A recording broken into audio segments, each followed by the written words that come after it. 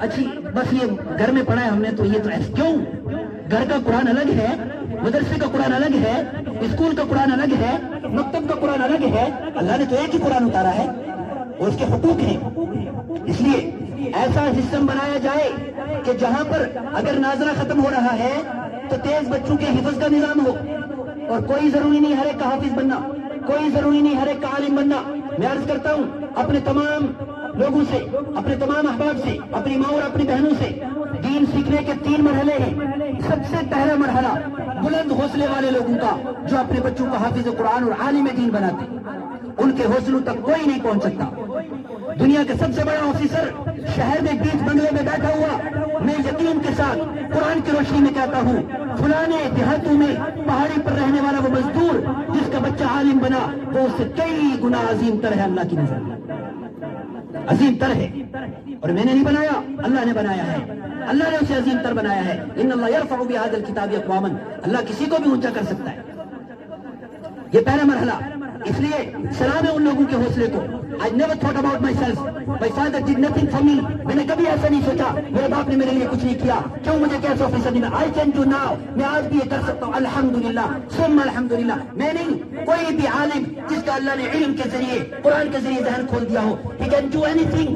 وہ inferiority complex کا شکار نہیں ہوتا. ہاں، جو طبقہ ہم دیکھتے ہیں، جن کو ہم نے دیکھا صرف ٹوپی لگا کر، داڑھی لگا کر یا چند دن مدرسے میں گزارنے کے بعد چونکہ علم حاصل نہیں کیا، وہ طبقہ ہمارے سامنے آیا. پھر میں بھی کہوں گا اس کو دیکھ کر کہ میرا بچہ ایسا نہیں ہونا چاہیے، پھر میں بھی کہوں گا. لیکن اگر کسی نے واقعی علم حاصل کیا اور علم کی روشنی میں امت کو جوڑا، امت کی رہنمائی کی، قرآن سمجھایا، اس کی تو بات ہی الگ ہے.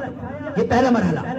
دوسرا مرحلہ، اگر آپ اپنے بچوں کو حافظ اور عالم نہیں بنا سکتے تو دوسرا مرحلہ یہ ہے کہ آپ اپنے بچوں کو دیندار بنائیے. ٹھیک ہے؟ اور اس میں جتنا ان کی قسمت میں ہے، موٹے موٹے طور پر فرائض کا علم، حلال و حرام کا علم، یہ ان کو دیجیے. اور تیسرے نمبر پر جو ضروری چیز ہے وہ یہ ہے کہ اپنے بچوں کو نیک صحبت دیجیے. آپ نے ایک مسئلہ سنا ہوگا کہ سورہ کہف کی تلاوت کرنے والا قیامت کے قریب دجال کے فتنوں سے محفوظ رہے گا. سنا سب نے؟ ایسا کیوں ہے؟ قرآن پاک اور دین کا کوئی بھی حکم لاجک کے خلاف نہیں ہے. ہر چیز میں لاجک ہے. جس صرف تلاوت کر لینے سے دجال کے فتنوں سے بچ جائیں تو بہت اچھی بات ہے، سستا سودا ہے. سارے بیٹھ کے قرآن پکڑیں گے، سورہ کہف کی تلاوت کریں گے، دجال کے فتنوں سے محفوظ ہو جائیں گے. ایسا نہیں ہے. ہم قرآن سے پوچھتے ہیں سورہ کہف تجھ میں ایسا کیا ہے کہ تیرا پڑھنے والا، تیرا سمجھنے والا دجال کی فتنوں سے محفوظ رہے گا.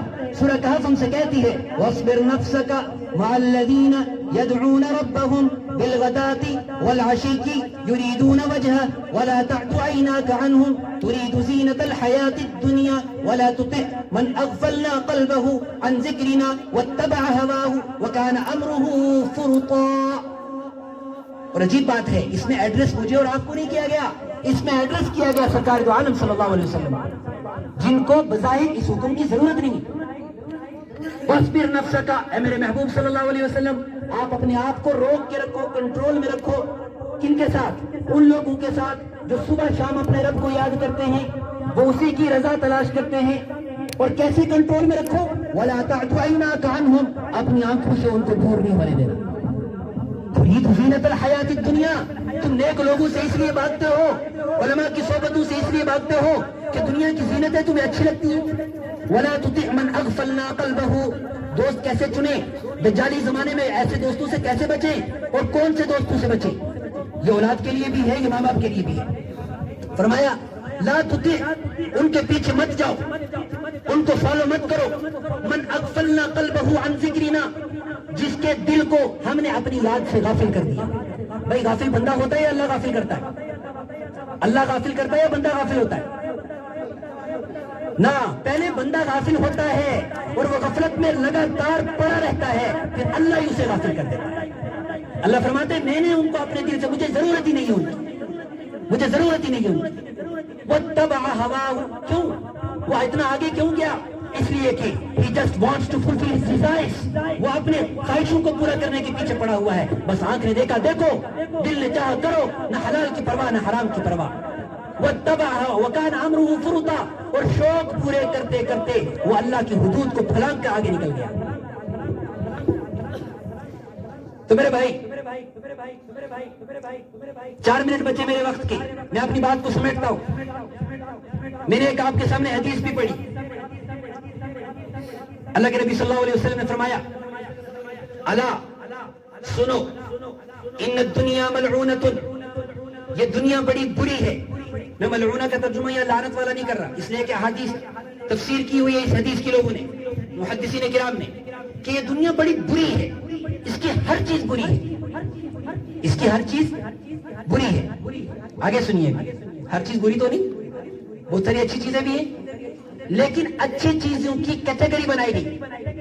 الا سنو ان الدنیا ملعونۃ، اس دنیا کی ہر شے بری ہے، اللہ کو غصہ آتا ہے اس دنیا کی ہر شے پر، الا، ہاں 3 چیزیں ایسی ہیں جو اللہ کو اچھی لگتی ہیں۔ اب اس دنیا کی جس چیز کا، جس انسان کا، جس ذات کا ان 3 چیزوں کے ساتھ تعلق ہے وہ اللہ کو پسند ہے، اس کے علاوہ سب کی سب پر اللہ کا غضب نازل ہوتا ہے۔ بہت غور سے سنیے۔ نمبر 1 الا ذکر اللہ، الا ذکر اللہ، ایک اللہ کا ذکر، اللہ کا ذکر۔ اب آپ نظر دوڑائیے ذکر کیا ہے۔ اللہ تعالیٰ فرماتے ہیں ان من شیء یسبح بحمدہ، دنیا کی ہر چیز اس کا ذکر کرتی ہے۔ اب کچھ بچا اس میں، ولکن لا تفقہون تسبیحہم، لیکن ان درختوں کی، ان پہاڑیوں کی تسبیح کو تم سمجھتے نہیں ہو۔ اس اعتبار سے اب اس میں کچھ برا نہیں رہا۔ دوسرا وما والاہ، اور وہ چیزیں جن کا تعلق اللہ کی یاد سے ہے، جیسے یہ مجلس ہے، جیسے دینی ادارے ہیں، یا اس میں لگی ہوئی کوئی بھی چیز ہے، ان سب کا تعلق کس سے؟ اللہ کے ذکر سے۔ فرمایا یہ بھی اللہ کو پسند ہے۔ اور اس کے بعد فرمایا عالم او متعلم، عالم یہ اللہ کی اس بری ترین چیزوں سے خارج ہے، عالم اللہ کو پسند ہے۔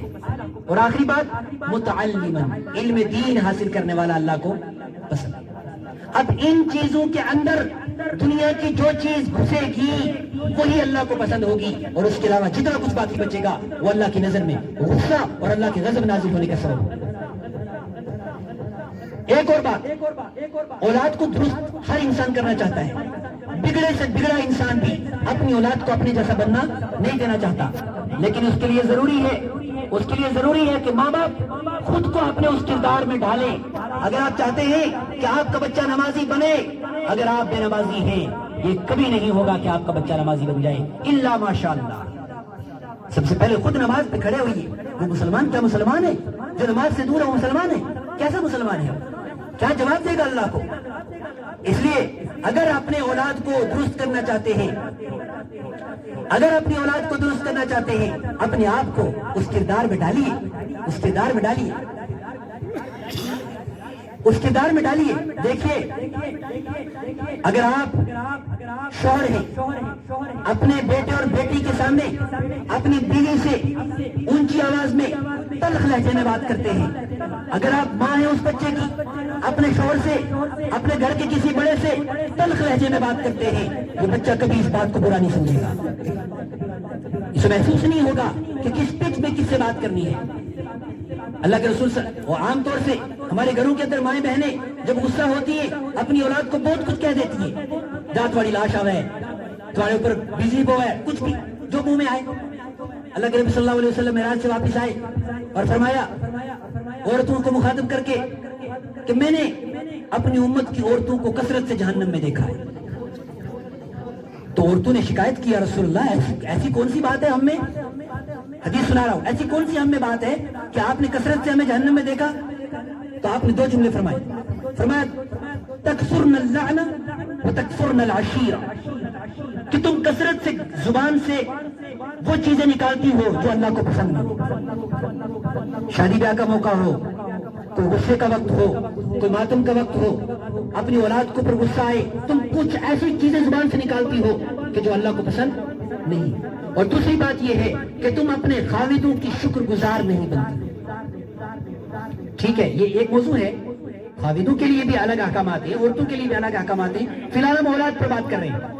اگر اپنی زبان کا استعمال باپ اور ماں خود درست نہیں کریں گے، گھر کے اندر تو تڑا سے اگر بات ہوگی، وہ بچہ ٹیچر کو جا کر بھی تو تڑا سے ہی بات کرے گا۔